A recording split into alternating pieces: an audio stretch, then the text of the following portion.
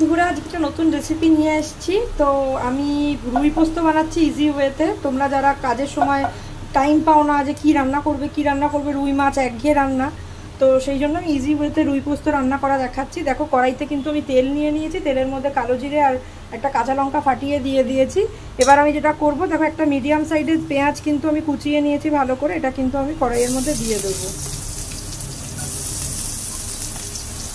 তোমরা যে যেরকম পেঁয়াজ খাও, মানে ভালোবাসো, অনেকেও আছে পেঁয়াজ বেশি গন্ধ পছন্দ করে না বা যায়, তো সেই ক্ষেত্রে মাছে তো হাফ পেঁয়াজ দিলেও হবে, বেশি পেঁয়াজ লাগে না মাছে।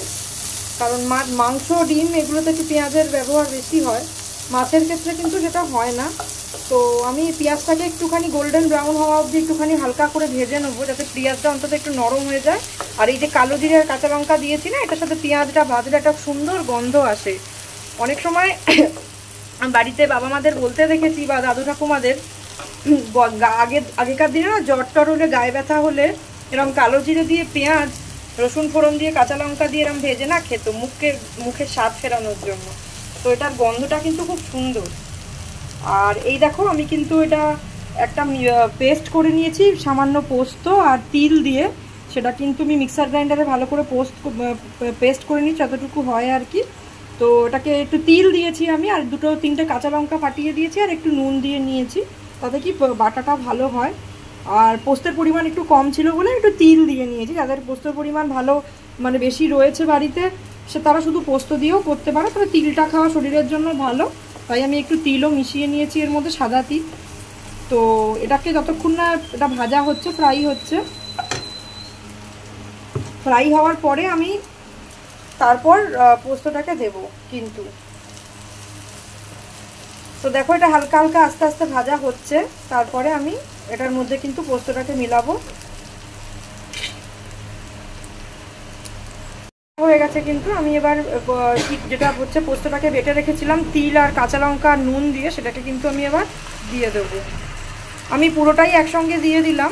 যারা তোমরা মানে ওই যে ধাপে ধাপে দেয় না, অনেক সময় আমি মা কাকিমাদের দেখেছি একটু পোস্ত দিয়ে আবার একটু পোস্ত মাছের উপর দিয়ে ছাড়ে, তো সেটা কিন্তু হবে না। আমি একবারেই দিয়ে দিয়েছি, কারণ আমার তাড়াহুড়োতে রান্না করতে হচ্ছে, সেই জন্য আমি কিন্তু একবারে দিয়ে দিয়েছি। দিয়ে কিন্তু এটাকে আমি একটু সামান্য ফোটাবো। আর মিক্সার গ্রাইন্ডারের মধ্যে পোস্ত কিন্তু আর একটু রয়েছে, যেটাকে আমি এটা ফুটলে পরে যখন মাছ দেবো, মাছের উপর দিয়ে আমি একটু সামান্য জল দিয়ে কিন্তু পোস্তটাকে উপরে মাছের উপরে দিয়ে ঢেকে দেবো, আর একটু কাঁচা তেল উপর দিয়ে ছড়িয়ে দেবো, দিয়ে কিন্তু ঢেকে দেবো। দিয়ে ফুটলেই কিন্তু আমার পোস্ত মাছ রেডি। তো চলো, এটা যতক্ষণ না মশলাটা ফুটছে বা মশলাটা থেকে একটু তেল বেরোচ্ছে এই পোস্ত বাটা এবং সব কিছু দিয়ে, ততক্ষণ আমরা একটু অপেক্ষা করব। কিন্তু পোস্তটাকে পেঁয়াজের সঙ্গে দিয়ে ভালো করে মিশিয়ে কিন্তু বেশ ভালো করে মিনিট 4-5 ফুটিয়ে নিলাম।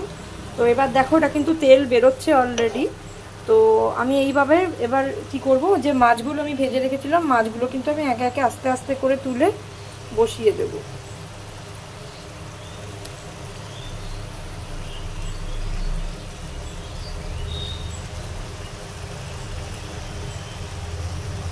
বসানো হয়ে গেলে আমি কিন্তু বাটির মধ্যে একটু সামান্য হলুদ আর তেল ছিল, সেটা আমি একটুখানি উপর দিয়ে ছড়িয়ে দেবো, কারণ এর মধ্যে একটু কাঁচা তেল দিলে ভাল লাগে পোস্তর মধ্যে, আমরা সবাই কম বেশি জানি। এবং তারপরে কিন্তু আমি এই দেখো, এটার মধ্যে আমি সামান্য কিন্তু তিল উপর থেকে ছড়িয়ে দিয়েছি জলটার, একটু মিক্সার গ্রাইন্ডারের জলটার মধ্যে। এটা দিলে কি হবে, উপর থেকে তিলগুলো যখন ভেসে থাকবে, দেখতে কিন্তু মাছটা আরও সুন্দর লাগবে। তো এটাই হচ্ছে ইজি রুই পোস্ত রেসিপি, যেটা আমি আমার মন থেকে বানালাম। সব কিছু মানে সবারটাই ফলো করে দেখেছি, বাট এটা আমি আমার ইজি ওয়েতে বানালাম। তো চলো, এটাকে আমি এবার ফুটতে দিই, যাতে মাছের সঙ্গে ভালোভাবে এটা মিশে যায়, এবং এটা কিন্তু মিশে গেলেই কিন্তু রুই পোস্ত আমাদের কিন্তু রেডি হয়ে যাবে। আর কিন্তু কিচ্ছু করার নেই, কারণ জল আর লাগবে না, এটা একটু মাখো মাখো হয়। তো লাস্টে শুধু নামানোর সময় আমি একটু চিনি দিয়ে দেবো। তো যারা মাছের চিনি খাবে, যারা খাও না তারা স্কিপ করতে পারো। আমি সামান্য 2-3-4 দানার চিনি ছড়িয়ে কিন্তু আমি এটা বন্ধ করে দেবো, এবং এটাই কিন্তু হয়ে গেছে আমার রুই পোস্ত। এবার আমি কিন্তু এটা ফোটার জন্য ঢাকা দিয়ে দেবো, যাতে মাছের সঙ্গে ভালোভাবে মিশে যায়। তো চলো, তাই বন্ধুরা, রুই পোস্তটা আমি রান্না করলাম, সেটা তোমাদের সঙ্গে শেয়ার করার চেষ্টা করলাম আমার ওয়েতে, আমি যেভাবে বুঝেছি বা যেভাবে করার চেষ্টা করলাম। তোমরা করে দেখতে পারো, এটা আশা করি খারাপ হবে না। এবং যদি ভালো লাগে আমার রান্নাটা, একটা লাইক, শেয়ার অ্যান্ড সাবস্ক্রাইব করে দিও। আর অবভিয়াসলি আমি চেষ্টা করব তোমাদের জন্য আরও সুন্দর সুন্দর ভালো ভালো ভিডিও আপলোড করার বা দেওয়ার। তো সাথে থেকো, পাশে থেকো, সবাই কিন্তু ভালো থেকো। টাটা।